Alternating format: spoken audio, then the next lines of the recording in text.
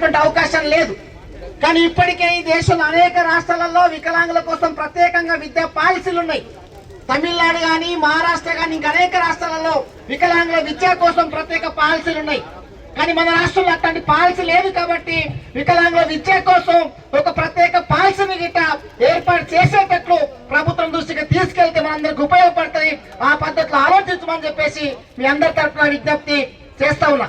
అట్లాగే మిత్రులారా, మన చట్టాలు ఉన్నాయి. అట్లాగే కాంగ్రెస్ పార్టీ హామీలు ఏవైతే ఇచ్చిందో వాటిని పరిష్కారం కోసం ప్రయత్నం చేస్తున్నామని చెప్పేసి చైర్మన్ గారు చాలా సందర్భాలలో చెప్పారు.